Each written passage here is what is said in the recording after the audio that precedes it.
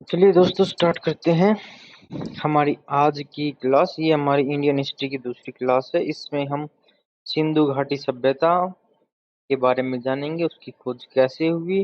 उसके बाद हम जानेंगे इनके कुछ महत्वपूर्ण स्थानों के बारे में।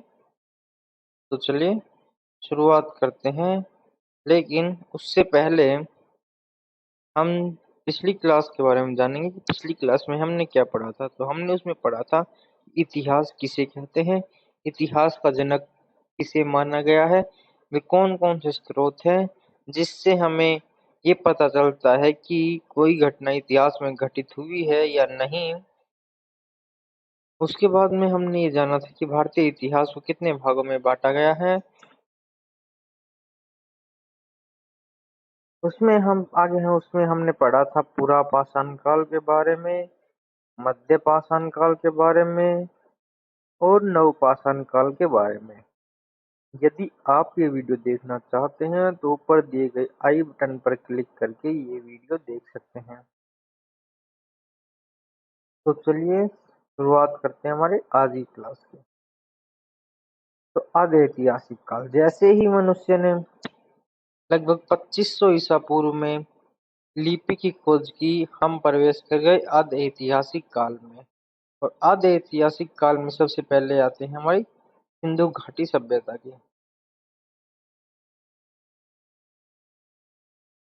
तो जब 16 अप्रैल 1853 में पहली यात्री रेल चलाई गई थी बम्बई से थाने के बीच में, लगभग 34 किलोमीटर लंबी। उस समय हमारा जो गवर्नर जनरल था वो था लॉर्ड डलहौजी, जो कि 1848 से लेकर 1856 तक भारत का गवर्नर जनरल बनकर आया था। और इसके बाद में लगातार रेल का विस्तार होने लगा और उसकी रेलवे लाइन बिछाई जाने लगी।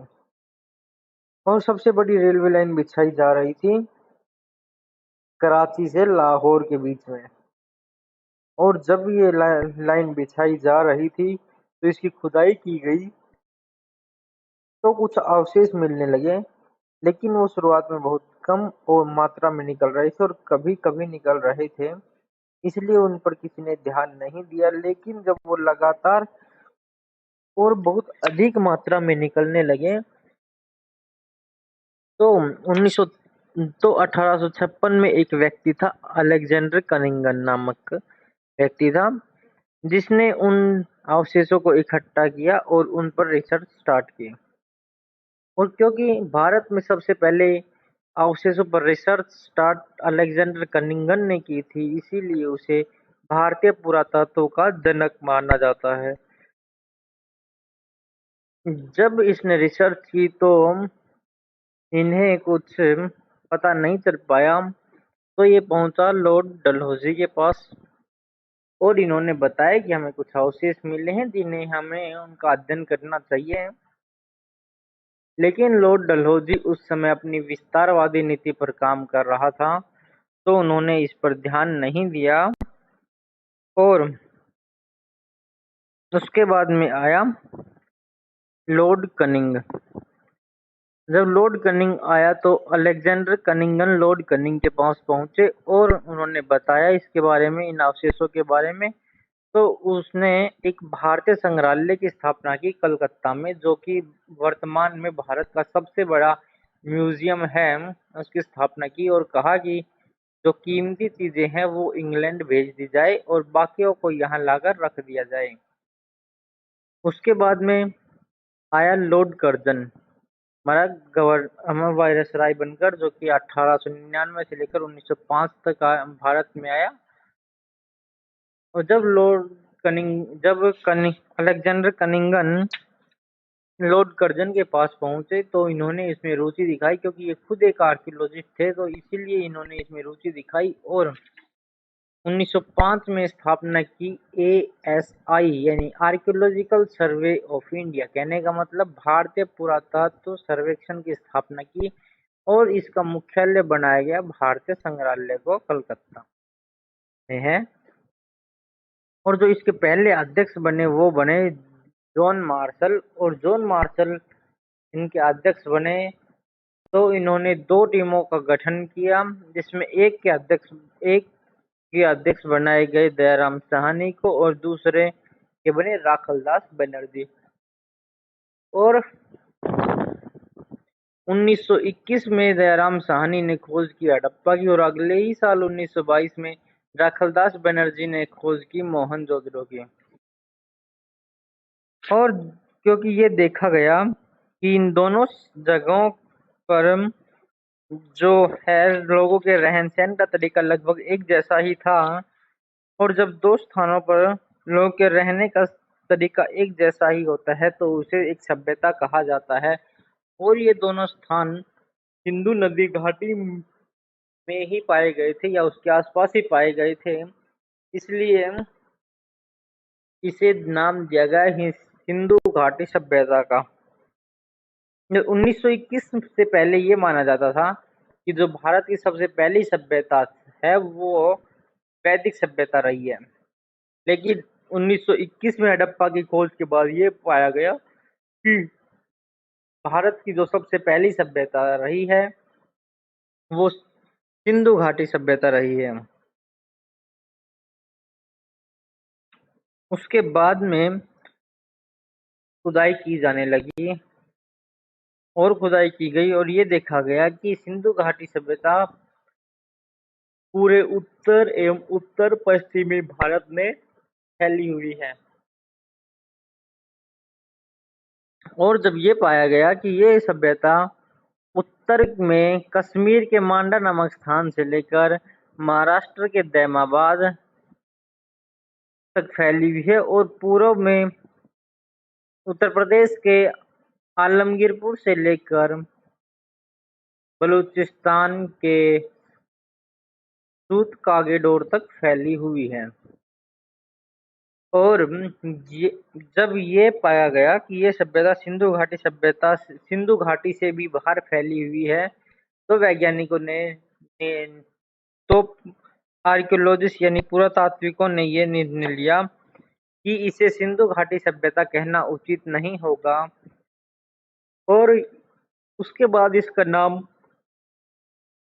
इसके सबसे पहले खोजे गए स्थान के नाम पर ही रख दिया गया, और इसीलिए सिंधु घाटी सभ्यता को ही हड़प्पा सभ्यता भी कहते हैं। यह सभ्यता एक शहरी सभ्यता थी और इसका आकार त्रिभुजीय था, यानी कि एक शहरी सभ्यता थी और इसका जो आकार था वो त्रिभुजाकार था। इस सभ्यता की प्रमुख विशेषता इसका नगर नियोजन और जल निकासी था, यानी इस सभ्यता में जो नगर बसाए गए थे वो वेल प्लान थे, एक सिस्टमेटिक तरीके से बसाए गए थे, और यहाँ पर जल की निकासी की भी उचित व्यवस्था थी।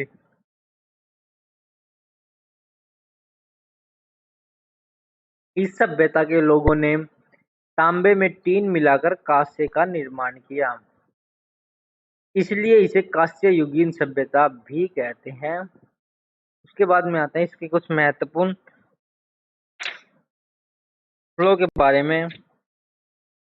हम उसमें जानेंगे उनके कौन से स्थान है, उनकी खोज किसने की और किस वर्ष की गई। तो हड़प्पा जो कि रावी नदी के किनारे स्थित है, उसकी खोज 1921 में दयाराम साहनी के द्वारा की गई। मोहनजोदड़ो 1922 में सिंधु नदी के किनारे खोजा गया राखलदास बनर्जी के द्वारा। सूत कागेडोर दासक नदी के किनारे 1927 में खोजा गया आर एल स्टाइन के द्वारा। सहुदड़ो सिंधु नदी के किनारे 1931 में गोपाल मंजूमदार के द्वारा खोजा गया। रोपड़ सतलज नदी के किनारे 1953 में यगदत्त शर्मा के द्वारा खोजा गया। कालीबंगा 1953 में घग्गर नदी के किनारे आलमानंद घोष के द्वारा खोजा गया। लोथल 1955 में भोगवा नदी के किनारे रंगनाथ राव द्वारा खोजा गया। आलमगीरपुर हिडन नदी के किनारे 1958 में जगदत्त शर्मा के द्वारा खोजा गया। बनावली सरस्वती नदी के किनारे 1973 में आर.एस. बिष्ट के द्वारा खोजा गया। धोलावीरा 1990 में लूनी नदी के किनारे आर.एस. बिष्ट के द्वारा खोजा गया। राखीगढ़ी सरस्वती नदी के किनारे 1990 में रफीक मुगल द्वारा खोजा गया। रंगपुर साबरमती नदी के किनारे 1953 में माधव स्मूथ वत्स के द्वारा खोजा गया। रहमाबाद जिसकी खुदाई गोदावरी नदी के किनारे 1974 से लेकर 1979 तक की गई रफीक मुगल के द्वारा। और इस सभ्यता के जो सर्वाधिक स्थल पाए गए हैं, जो सबसे ज्यादा स्थान पाए गए हैं, वो गुजरात में पाए गए हैं। अब हम इसके कुछ महत्वपूर्ण स्थान के बारे में पढ़ेंगे, जैसे हड़प्पा। तो हड़प्पा में मिलने वाली सबसे बड़ी इमारत एक 12 कक्षों का अन्नागार था। इस सभ्यता की प्रमुख फसलें थी वो थी गेहूं और जौ।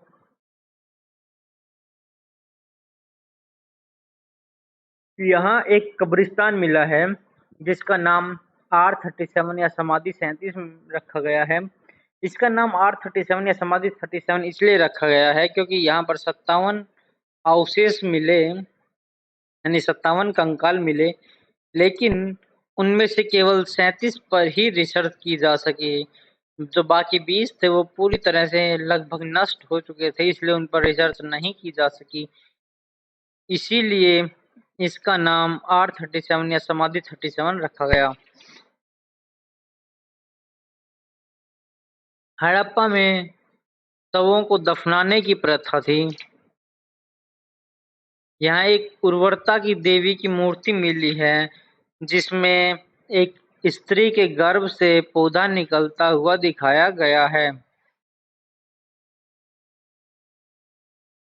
यहाँ पर एक शंख से बना हुआ बैल भी मिला है तथा और यहाँ पर एक बटन के आकार की मोहरें भी मिली हैं। उसके बाद में आता है हमारा दूसरा मोहनजोदड़ो। तो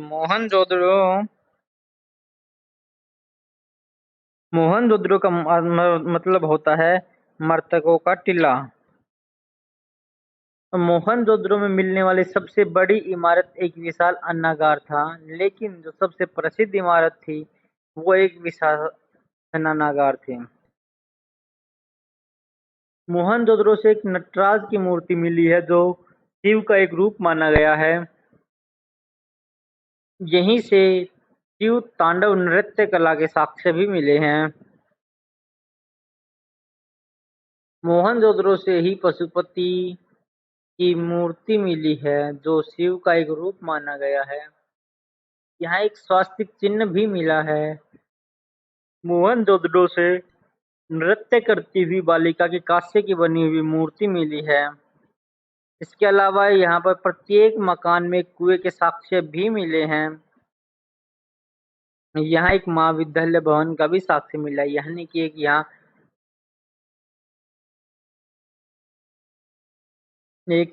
यहाँ जो हमारा स्कूल के लिए बनाया गया भवन भी मिला है।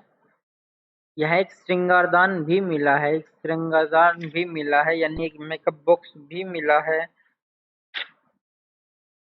इसके अलावा अगला शहर है हमारा चहूदड़ो।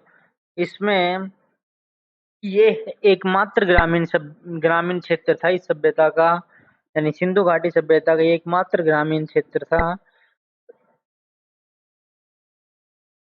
यहाँ से गोल ईंटों के साक्ष्य भी मिले हैं। चहूदड़ो से बेलनाकार मोहरें मिली हैं। यहीं से एक बिल्ली का पीछा करते हुए कुत्ते का एक चित्र मिला है। चौहद्रों से चूड़ियों और लिपस्टिक के साक्ष्य भी मिले हैं। इसके अलावा यहीं से एक हाथी का दांत भी मिला है।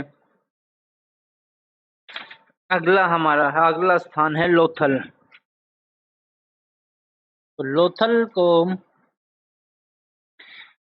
लोथल इस सभ्यता का बंदरगाह था और इस सभ्यता की वाणिज्यिक राजधानी भी लोथल ही था। लोथल से ही फ्रांस की मुद्राएं मिली हैं, जिससे ये पता चलता है कि सिंधु घाटी के व्यापारिक संबंध फ्रांस से भी थे। यानी सिंधु घाटी सभ्यता का जो व्यापार था वो फ्रांस तक फैला हुआ था। लोथल से ही घोड़े की अस्थियों के साक्ष्य भी मिले हैं। यहीं से चावल के दानों के साक्ष्य भी मिले हैं। लोथल में एक मम्मी का साक्ष्य भी मिला है। इसके अलावा सिंधु घाटी सभ्यता की 2 प्रशासनिक राजधानियां थी, जिन्हें जुड़वा राजधानियां कहा जाता था। वो थी हड़प्पा और मोहनजोदड़ो। इस सभ्यता की लिपि में 64 मूल चिन्ह थे, जिसे भाव चित्रात्मक लिपि कहते हैं। यह लिपि पहले राइट टू लेफ्ट फिर लेफ्ट टू राइट लिखी जाती थी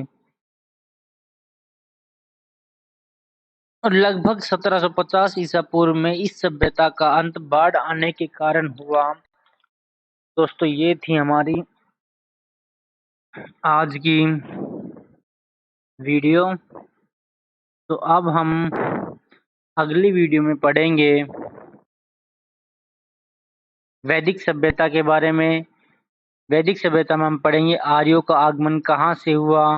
उसके बाद में हम पढ़ेंगे ऋग्वेद की रचना कैसे हुई, किसने की।